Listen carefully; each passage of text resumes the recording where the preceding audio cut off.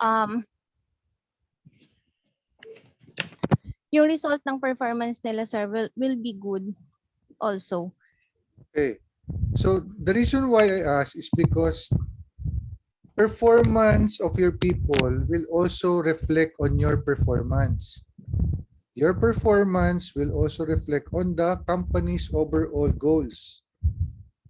So that's why even if they are just employees or staff, they contribute to the total company.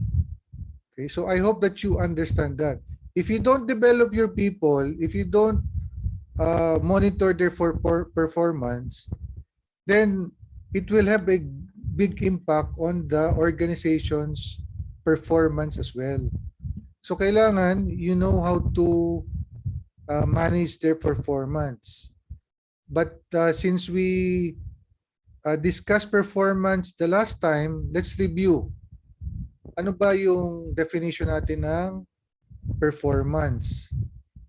Romel, can you read the definition of performance?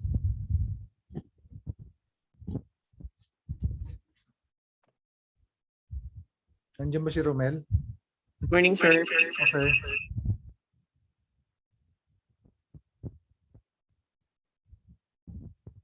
Good morning, sir. Okay, go ahead. Performance is a business term that denotes the ability of an employee to accomplish his or her respective job-related activities.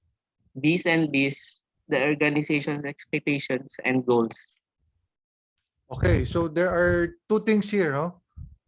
Ability of an employee to accomplish his or her respective job.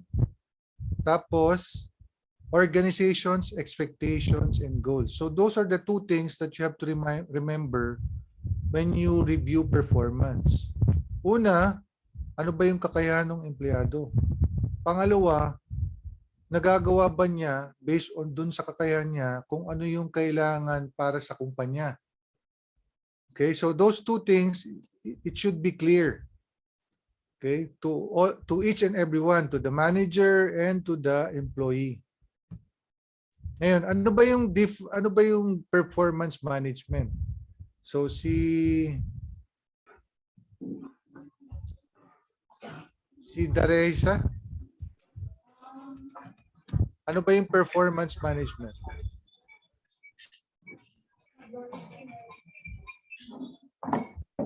Nandiyan ba si Dareza?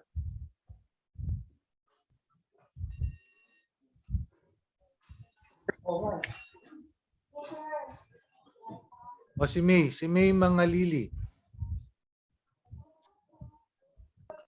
Good morning, sir. Performance management is the process of ensuring that a set of activities and outputs meets an organization's goal in an effective and efficient manner. Performance management can focus on the performance of an organization, a department, an employee, or the processes in the place to manage particular tasks. Objectives are to develop individual skills and capabilities, to reward our employees equitably, to drive overall organizational performance. Okay, thank you, May. So performance management involves making sure that your employees are on the right track. So for example, Maylin set a quota of 30 million. So the manager's role is to make sure na ma-hit yung 30 million per month. Diba? So how can the manager hit those quotas?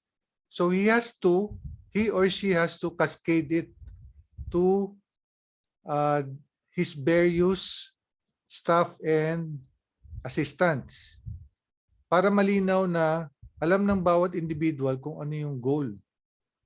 And to do that, you have to know what are the strengths and weaknesses of your staff.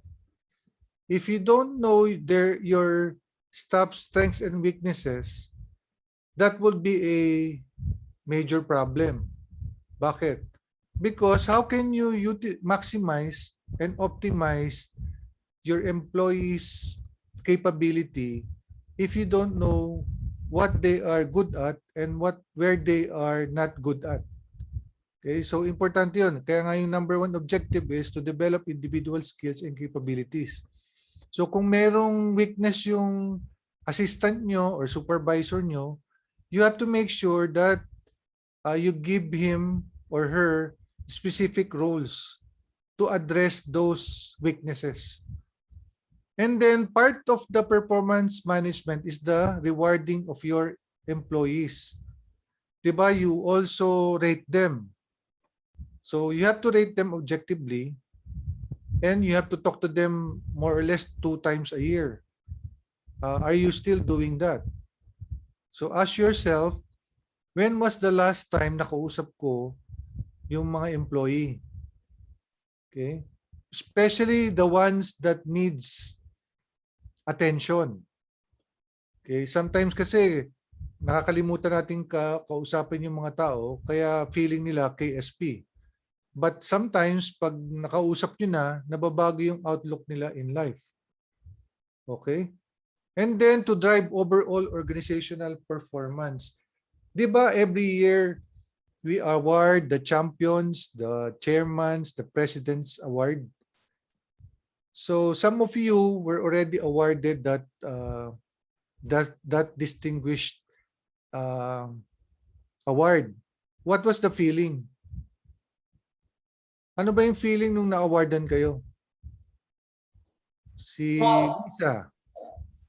What was the feeling when you were awarded the Champions, Presidents, and Chairman's Award? Nandito ba si Lisa? Sir, good morning. Oh, Lisa, what was your experience? Sir, euphoric kasi nakita kasi na napansin, nakita at na bigyan ng ng recognition yung mga ginagawa sa tindahan. And not Okay. only for the manager but also for the people who are doing their best to really seek that coveted award. Okay, so 2 things yung sinabi ni Lisa. Yung personal fulfillment mo. Na wow, naging best store yung branch ko. Secondly, you became an inspiration to others. Diba? Yun yung nagiging effect eh. When your morale is high, the chances of you hitting your targets and the organizational's target is high. So you have to, di ba sinabi ko last time, you need recognition. Part of performance management is to give recognition to people or branch that was able to hit their quotas and targets. So the same thing with your staff. If they achieve something, you have to recognize them. Okay? It's not only about the store, but also the individual. And you can extend it to your personal life, to your children, to your loved ones. Kasi hindi naman magkaiba ang personal tsaka career life eh. Kung ano yung natutunan nyo sa kumpanya, you can apply it at your personal life as well. Okay? So I hope the objectives are clear, because you are constantly doing this performance management, whether you like it or not. Okay? I'm sure it's hard. Sasabihin nyo, sir, ang daming tao eh. That is where your assistants will try to help you out. So you develop your assistants, and then the assistants will help the other employees, because you cannot do it alone. The same thing with me. We have executives. Nandiyan si Mylene, si Eva, and the rest. I have to develop them so that they can go to your store and develop you as well. Kayo naman, you have to develop yourself and the others too. If you fail to develop them, then we don't understand the importance of performance management. Kailangan ma-develop natin yung risk skills na to be able to achieve also our own goals. Okay? So ano ba yung flow? Anong pwedeng gawin? Anong ginagawa sa performance management? Una, kailangan clear yung goals. Pag sinabi ni Ma'am Maylin nyo na 30 million per month, dapat clear sa empleyado yun, na yun yung goal, ma-hit yung 30 million. Ngayon, hindi natatapos doon. This is the hardest part. Nagbigay ng goal, 30 million, Maylin and the others should be able to coach you. Anong pwedeng gawin? Okay? Kasi madaling mag-instruct eh.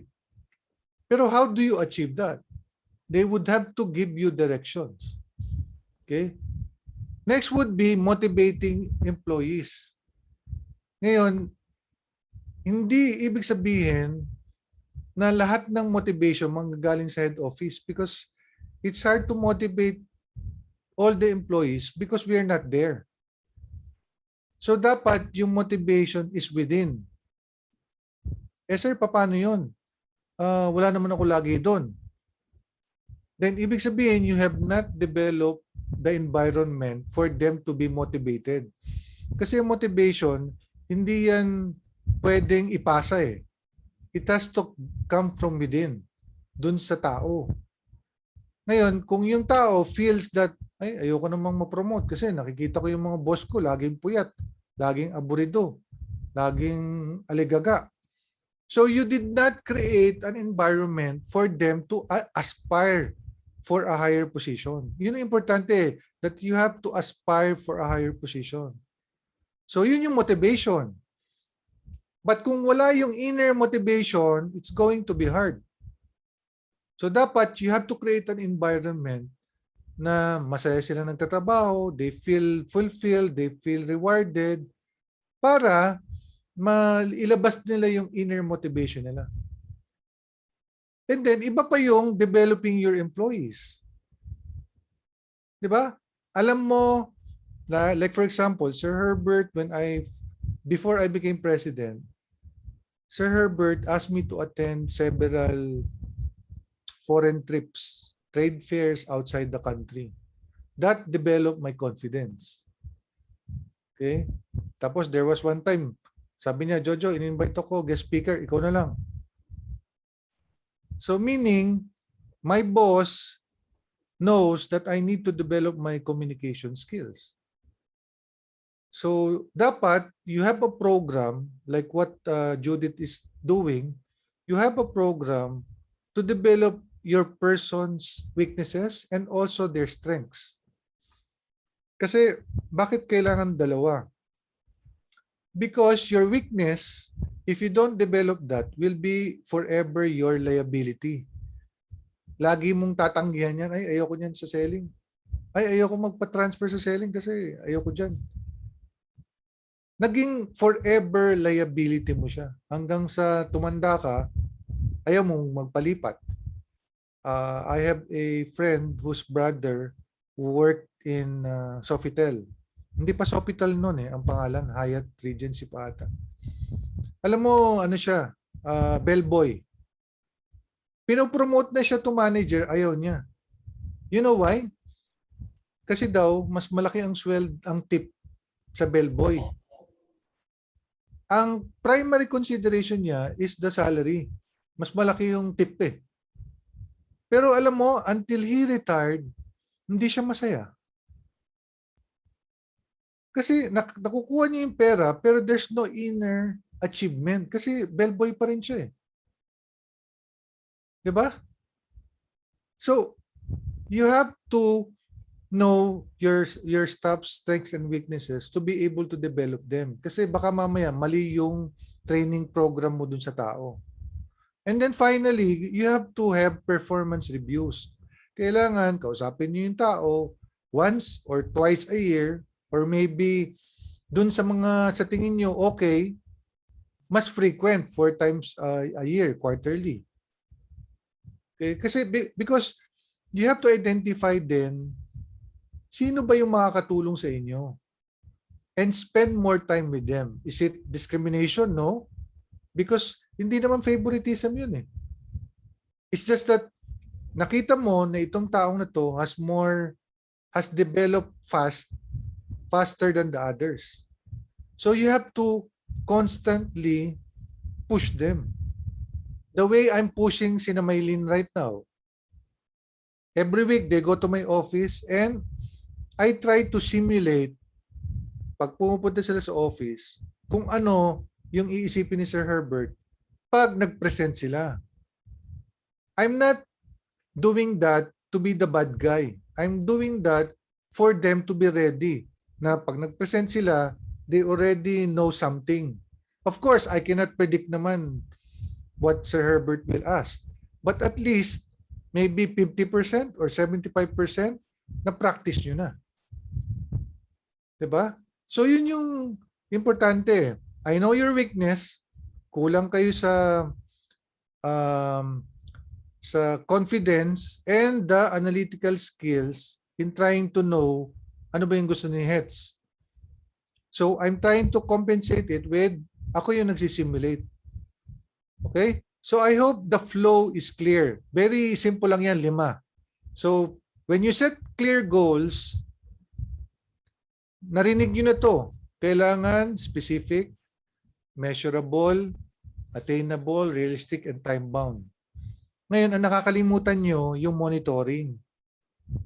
Maaring smart nga yung goal nyo, pero hindi nyo naman sinulat. So, kailangan meron kayong template.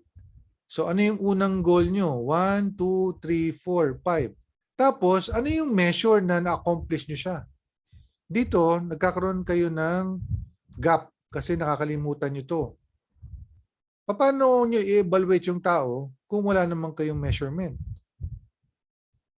Diba? So, for example, if the goal is to hit 30 million, so gagawin nyo, i-divide per number of stores or number of days. So, 1 million per day. Tapos, divided by number of stores normally. Then, per store, yun yung magiging quota nyo unless you're a new store or unless the store is not doing well, mas mababa. Okay? So those are the ways on how you can measure achievement. Ngayon, pag nakakota sila, hindi naman pwedeng, ay, 1 buwan lang. Okay na yan. No, you have to consistently monitor. That's the reason why yung reporting nyo sa akin everyday. Bakit? I want you to create that habit na everyday alam nyo yung benta nyo so that pag tinanong kayo, alam nyo agad. I'm not asking for any report just for me. It's for you actually. Para there's a memory retention. Okay? And then, once you have the goals already, kailangan specify nyo. Goal 1, ano yung task na gagawin nyo? Kailan mag-start? Kailan mag-end? Dito minsan, sometimes you lack the discipline na isulat. Kailangan kasi isulat nyo so that you can keep track. Okay? So for the senior ones, alam ko you've done this before, but kailangan lang consistency, especially for the new ones. For the new ones, mahirap to pero it's not insurmountable. Okay, difficult but not insurmountable. Okay? And then you have to plan yung mga contingency. Halimbawa may nangyari. So what would you do? So parang scenario playing. Kakaroon kayo ng scenario playing para malaman nyo what would you do pag hindi nangyari to. Okay, I hope it's clear, no? Very self-explanatory yung set clear goals. Next, you have to coach your employees. Ngayon, I cannot dwell on this lengthily. If you want, I have an e-coaching session. You can view it sa YouTube, in my YouTube channel, Learn, Lead, and Serve. Hanapin niyo yung e-coaching. Kahit na hindi pa kayo store manager. Hindi pa kayo executive. Meron din ako doon. So coaching is an ongoing learning process in which you help your direct reports build mastery. That is what I'm trying to develop every time you report daily. Building mastery. Kailangan ma-master nyo eh. Okay? That's why, di ba, nagulat who was the one na I asked for a report pero hindi napadala yung report? Saan, sir? Anong Yung sales ng anong store yun? Puertos, Bacolod? Bacolod. Okay. Sa Bacolod. So, yun, nagkataon lang yun ha. Sir Herbert asked me, magkano ang benta ng store na to? Eh, hindi ako familiar. So, I have to look for your text messages. I'm building mastery for you. Okay? So that anytime, alam nyo. Okay? Coaching is a powerful way to encourage your employees' growth and a practical approach for developing new skills. It can also be used to close performance gaps. Ano ba yung performance gaps? For example, in RDU, hindi sila ganong kadetalye. So, sinong i-assign mo? Normally, ako, halimbawa, for example, si Mon. Napansin ko si Mon hindi detalyado pagdating sa documentation. Si Mr. Mon de Mayo. So, what I did is, pinartner ko siya kay Girly. Si Girly, mas magaling sa documentation. I'm not saying hindi mo ginawa yung performance gap. It's just that ang lalaki kasi talaga hindi ganun ka detalyado eh. 'Di ba? So you have to know his weakness to be able to give him a support. And that support is Girly. So you have to understand that dynamics, no? Kaya nga hindi tayo basta-basta naglilipat. Diba? Huwag kayong basta-basta maglilipat ng empleyado. Why? Because you might be transferring that person where in fact, kailangan lang niya ng support. Even me, when I started in Save More, ang binigay sa akin ni Ms. Kudala, si Bang. Si Bang is mas detalyado. Ako more on high level eh. Tsaka more on coaching. So whatever I say, she implements. So ganun din ang dynamics nyo. You have to identify sino ba yung mga tao na makakatulong sa akin. Okay? It's not a quick fix solution. Your objective is not to simply identify what they did wrong, but to elicit positive change. Ito yung importante. Hindi pwedeng sabihin nyo lang yung negatives nila. Sabihin mo rin, paano kayo mag-i-improve? That's why, di ba, I asked, pag nag-MBWA ako, yung reply nyo dapat yung SIP na. How do you improve? Kasi if you don't improve, ibig sabihin, you did not learn. Okay? Next, motivating your employees. Motivation is the heart of performance management. Kasi, how can you convince this person to work alongside with you so that you can achieve your goal? Yun ang pinakamahirap, di ba? Hindi kasi siya sometimes voluntary. Minsan, pinupwersa natin, inutusan natin. Pero dapat, it has to be voluntary to the person.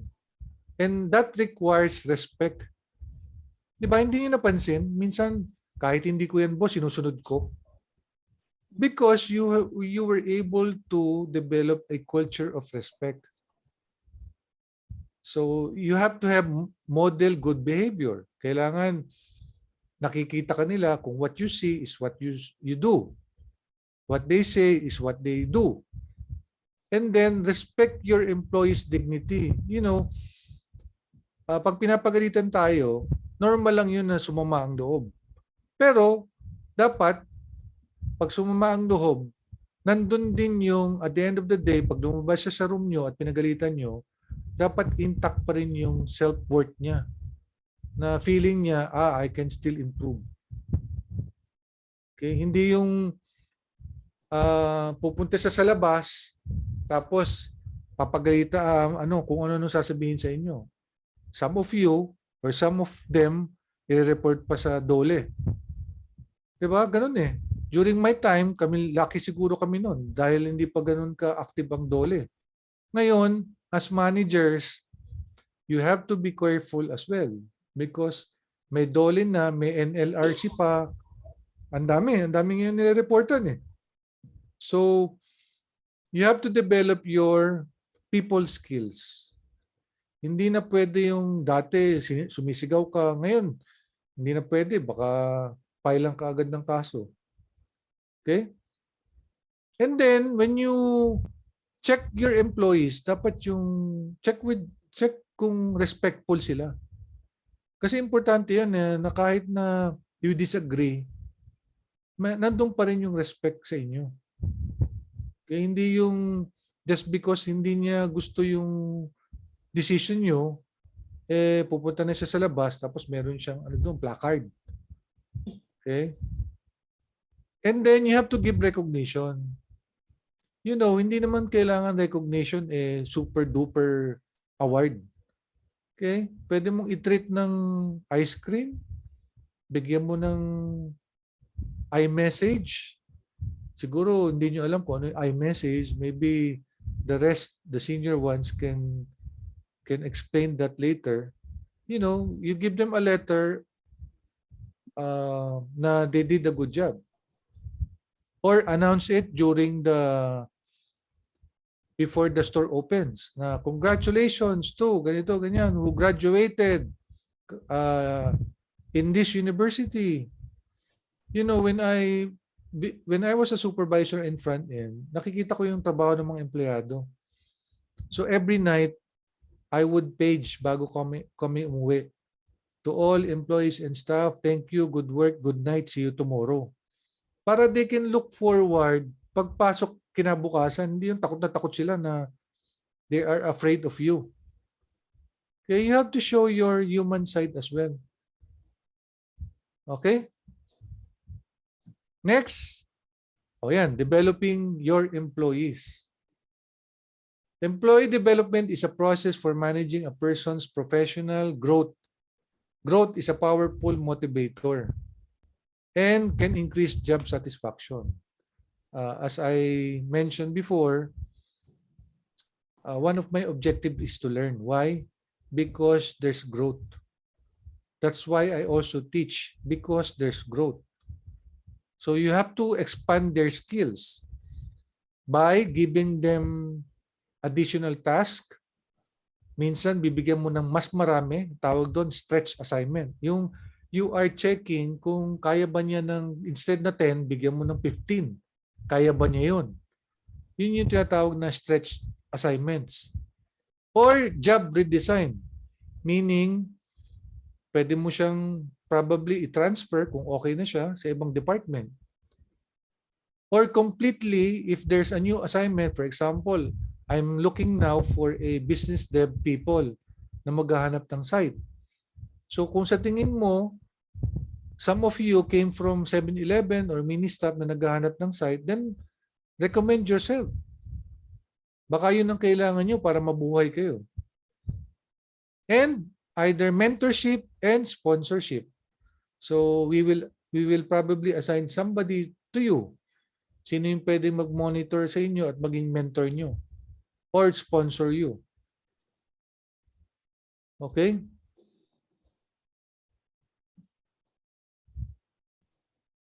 The last one is it has to be consistent, yung performance review. Bakit?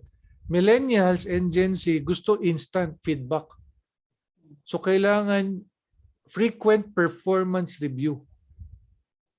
So performance appraisal is a formal method for assessing how well an individual employee is doing to respect established goals and expectations.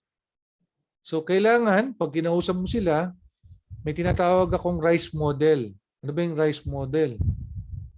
It's one of the lectures I give to the supervisors and managers. Okay, reflect, inquire, suggest, and elevate. So tandaan niyo yung apat na yun, RISE model. Provide insights into employee performance. This is from time to time, pag may pagkakataon, I try to talk to Mylene and tell her some of the feedbacks of her peers and also my own personal feedback. So importante yan kasi hindi naman kailangan laging formal. So from time to time, pag may pagkakataon, kakusapin ko siya. Then it helps managers make informed, consistent decisions about pay, development, and promotions. So, for example, when I was starting, mababa talaga yung sweldo ko. So I would discuss that with my boss. Sasabihin niyo siguro, si sir naman masyadong makwenta. Well, of course, kailangan sabihin niyo rin sa boss niyo that kung ano yung current situation niyo. Okay? Kailangan, hindi naman sasabihin niyo na, sir, maliit ang sweldo ko, magre-resign na lang ako. Huwag naman ganun. No? You ask your superiors, ma'am, what can I do to get promoted or to get an MI? Yun yung mga kailangan yung i-discuss. Then, protects organization about lawsuits by employees who have been terminated, demoted, or denied a merit increase.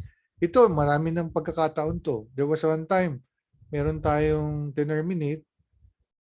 I think time pa to ni Lisa eh. Pero, nag-complain yung bagger. Bakit daw siya terminate? Outstanding bagger siya. Or best bagger siya. That was the time na hindi pa ganun kahigpit. Okay? I'm sure na alala ni Lisa yan. Okay? So, these are just key points in your performance management as managers. Kailangan clear sa inyo yun. Okay? You can stop recording na, Judith. Any questions before I leave? Kasi may open.